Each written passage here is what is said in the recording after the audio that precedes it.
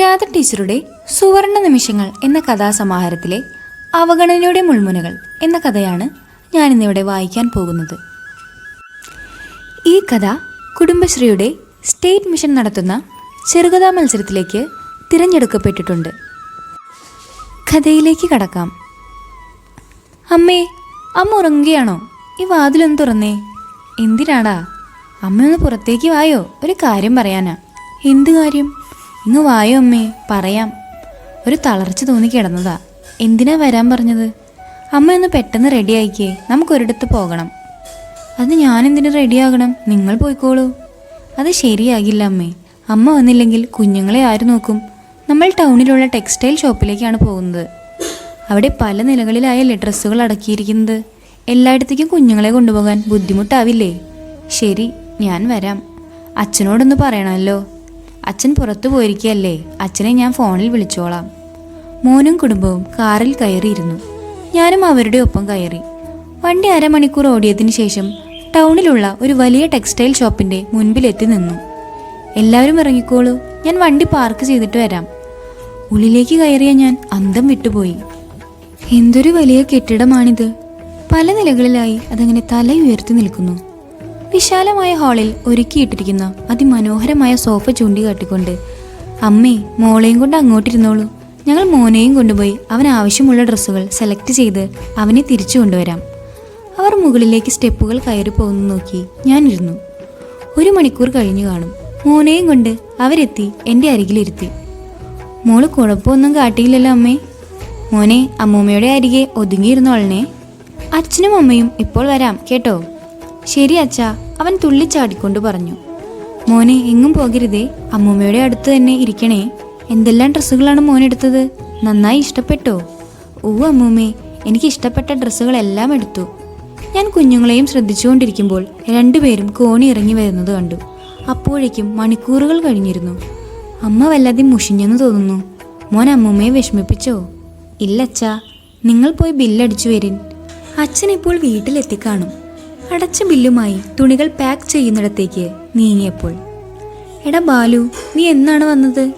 രമേശേ, നീ ഇവിടെയാണോ ജോലി ചെയ്യുന്നത്? അതെ ബാലു, കുറച്ച് മാസങ്ങളായി ഞാൻ ഇവിടെയാണ്. പിന്നെ എന്തൊക്കെയുണ്ട് വിശേഷങ്ങൾ? എത്ര നാൾ ലീവുണ്ട്? മക്കൾ എത്ര പേരുണ്ട്? 2 പേരുണ്ട്. അതാ സോഫയിൽ അമ്മയുടെ അടുത്തിരിക്കുന്നവരാണ് എൻ്റെ മക്കൾ. സോറി ബാലു, തിരക്കിനിടയിൽ അമ്മയെ കണ്ടില്ല കേട്ടോ. രമേശ്, ഓരോരുത്തരുടെയും ഡ്രസ്സുകൾ വെവ്വേറെ പാക്കറ്റുകളിലാക്കണേ. ശരി ബാലു. ഓരോരുത്തരുടെയും ഡ്രസ്സുകൾ തരം തിരിച്ച് പല പാക്കറ്റുകളിലാക്കി. ഇതാ ബാലു, പാക്കിംഗ് കഴിഞ്ഞു, എടുത്തോളൂ. ഒരു സംശയം ചോദിച്ചോട്ടെ ബാലു? ഓരോ ഡ്രസ്സുകളും പാക്ക് ചെയ്യുമ്പോൾ ഞാൻ ശ്രദ്ധിച്ചിരുന്നു, എല്ലാം മോഡേൺ ഡ്രസ്സുകൾ, പിന്നെ കുട്ടികളുടെ ഡ്രസ്സുകളും. പലതരത്തിലുള്ള മോഡേൺ ഡ്രസ്സുകൾ ഡസൻ കണക്കിനുണ്ടായിരുന്നല്ലോ. ആർക്കെല്ലാമാണത്? ഹേമയ്ക്കും അവളുടെ സഹോദരികൾക്കുമാണ്. അല്ല, ഞാൻ ചോദിച്ചത് ഡ്രസ്സുകളുടെ കൂട്ടത്തിൽ സാരിയൊന്നും കണ്ടില്ല. അമ്മയ്ക്ക് നീ സാരിയൊന്നും എടുത്തില്ലേ? അമ്മയ്ക്ക് ധാരാളം സാരികളുണ്ട്. കഴിഞ്ഞ വരവിന് 2 സാരികൾ എടുത്തിരുന്നു. മാത്രമല്ല, സാരികൾ കിടക്കുന്ന സെക്ഷനിലേക്ക് പോകാൻ ഹേമ സമ്മതിച്ചില്ല. അമ്മയ്ക്കും അച്ഛനും ആവശ്യമുള്ള ഡ്രസ്സുകൾ എടുക്കാമെന്ന് ഞാൻ നിർദ്ദേശിച്ചതാണ്.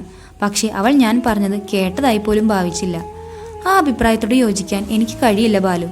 നിന്റെ മാതാപിതാക്കളുടെ കാര്യത്തിൽ നിനക്ക് വ്യക്തമായ തീരുമാനമുണ്ടാകണമായിരുന്നു. കാശിന്റെ കുറവൊന്നും ഉണ്ടായിരുന്നില്ലല്ലോ. എന്തോ ഞാൻ അതത്ര കാര്യമാക്കിയില്ല. ഇനി അടുത്ത വരവിനാകാം. ഹേമേ, തുണി പാക്കറ്റുകളെല്ലാം എടുത്ത് കാറിൽ കയറിക്കൊള്ളൂ. അമ്മ മോളെയും കൊണ്ട് പിൻസീറ്റിലിരുന്നോളൂ. എന്തോ മനസ്സാകി സങ്കടം കൊണ്ട് നിറഞ്ഞു. മോനെ, നമുക്ക് പെട്ടെന്ന് വീട്ടിലെത്തണം. അച്ഛൻ എത്തിക്കാണും. നമ്മൾ പോന്നിട്ട് കുറച്ചു നേരമായില്ലേ? കുഞ്ഞുങ്ങൾക്ക് വിശന്ന് തുടങ്ങിയിട്ടുണ്ടാകും. നമുക്ക് ഏതെങ്കിലും ഹോട്ടലിൽ കയറി ആഹാരം കഴിക്കാം. സംസാരിച്ച് തീരുന്നതിന് മുമ്പ് കാർ ഒരു വലിയ ഹോട്ടലിന്റെ മുൻപിലെത്തി. ഒരു വലിയ ഹാളിലേക്കാണ് നടന്നു ചെന്നത്. ഇതൊരു കൊട്ടാരം പോലെയുണ്ടല്ലോ മോനെ. അമ്മ വരൂ. ഹേമേ, മോളെ അമ്മയുടെ അടുക്കൽ നിന്ന് എടുത്തോളൂ. LED ബൾബിന്റെ പ്രകാശത്തിൽ കുളിച്ചു നിൽക്കുന്ന ഹോട്ടൽ. എല്ലായിടത്തും നേരിയ തോതിൽ സുഗന്ധം പരന്നിരിക്കുന്നു. ഞാനൊരു കസേരയിൽ ചെന്നിരുന്നു. അമ്മേ, ആവശ്യമുള്ള ആഹാരം എടുത്തോണ്ട് പോയിക്കോളൂ. ഇവിടെ ബുഫേ മോഡലാണ്. ആഹാരവസ്തുക്കൾ നിരത്തി വെച്ചിരിക്കുന്നിടത്ത് ചെന്നു. എന്തൊക്കെയാണെന്ന് അറിയാൻ കഴിയുന്നില്ല. ആവശ്യമുള്ള കുറച്ച് സാധനങ്ങൾ എടുത്ത് മേശയ്ക്കരികിയിരുന്നു. കുഞ്ഞുമോൻ വളരെ സന്തോഷത്തോടു കൂടി ഓരോന്നും കഴിച്ചുകൊണ്ടിരുന്നു. മോനും മരുമോളും വളരെ ആസ്വദിച്ച് തന്നെ ഭക്ഷണം കഴിക്കുന്നുണ്ടായിരുന്നു. 1 മണിക്കൂർ അവിടെയും ചെലവഴിച്ചു. ബില്ല് കണ്ടപ്പോൾ ഞെട്ടിപ്പോയി. 4000 രൂപ. കാര്യമായി 3 പേർ മാത്രമേ ആഹാരം കഴിക്കാനുണ്ടായിരുന്നുള്ളൂ. മനസ്സിന് ഇഷ്ടപ്പെട്ട ഒരാഹാരവും കഴിക്കാൻ കഴിഞ്ഞില്ല. ഓരോരോ പരിഷ്കാരങ്ങളെ. വീട്ടിലെത്തിയ ഉടനെ മുറിയിൽ കയറി കിടന്നു. എന്താ ഇത്ര വൈകിയത്? അവരൊക്കെ എവിടെ? അവർ മുറിയിലേക്ക് കയറിപ്പോയി. വന്ന പാടെ കിടന്നല്ലോ.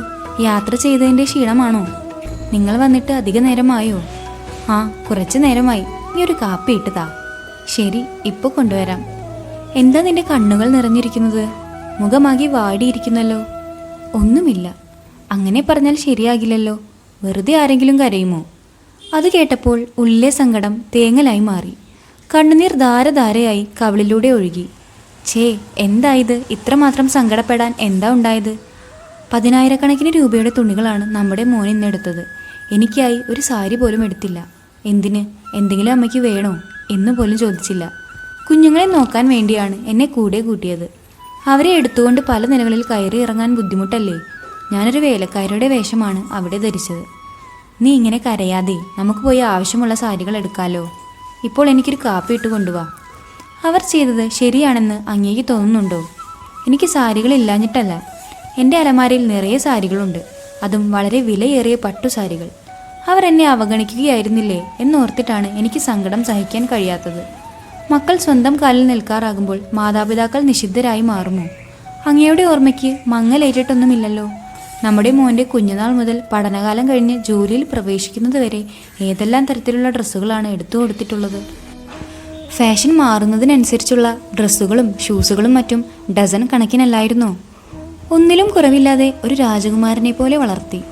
ഡ്രൈവിംഗ് ലൈസൻസ് കിട്ടിയപ്പോൾ ഇഷ്ടപ്പെട്ട ബൈക്കിലും കാറിലുമല്ലേ കോളേജിൽ പോയിക്കൊണ്ടിരുന്നത്. ലക്ഷങ്ങൾ ചെലവാക്കിയല്ലേ വിദേശത്തയച്ച് പഠിപ്പിച്ചത്.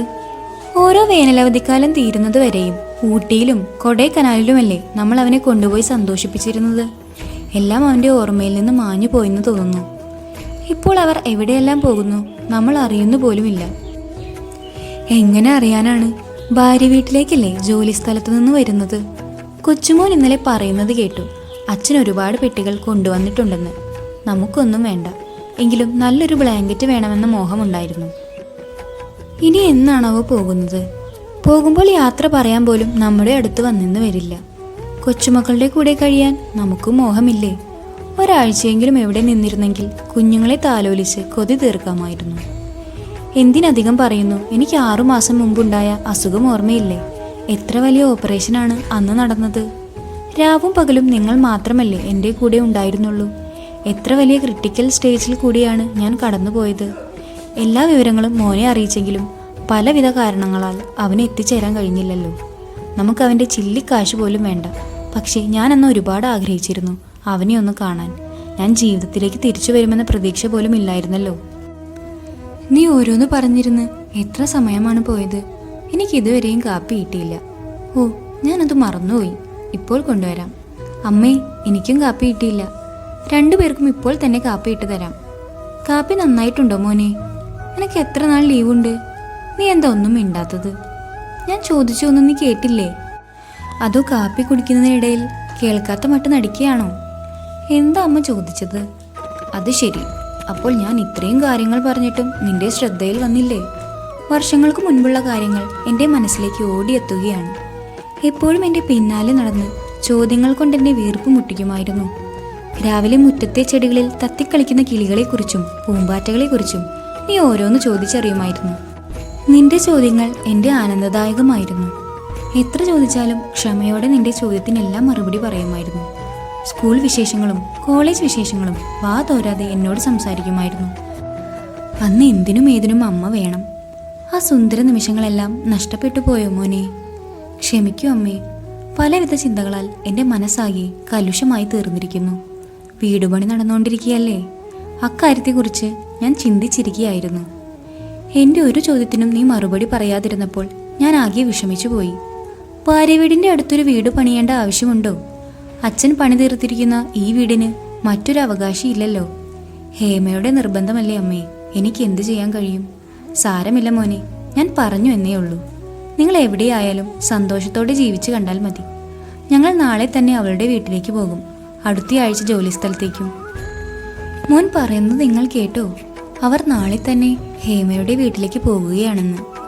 എന്തെങ്കിലും ചെയ്യട്ടെ, നമ്മൾ ആവശ്യമില്ലാത്ത കാര്യത്തിൽ ഇടപെട്ട് അവരുടെ കുടുംബജീവിതത്തിലെ സുഖവും സന്തോഷവും ഇല്ലാതാക്കണ്ട. എനിക്കതല്ല പേടി. കാലങ്ങൾ കഴിയുമ്പോൾ നാം രണ്ടുപേരും അനാഥരാകുമോ? വൃദ്ധസദനങ്ങളെ അഭയം പ്രാപിക്കേണ്ടി വരുമോ? അങ്ങനെയൊന്നും സംഭവിക്കില്ല. ഇപ്പോൾ പുതിയ നിയമം ഇറങ്ങിയത് നീ അറിഞ്ഞില്ലേ? മാതാപിതാക്കളെ സംരക്ഷിക്കാത്ത മക്കൾക്ക് കടുത്ത ശിക്ഷ തന്നെ ലഭിക്കുമെന്ന്. നീ സമാധാനമായിരിക്കെ. നാം ഈ മണ്ണിൽ തന്നെ അന്ത്യവിശ്രമം കൊള്ളൂ.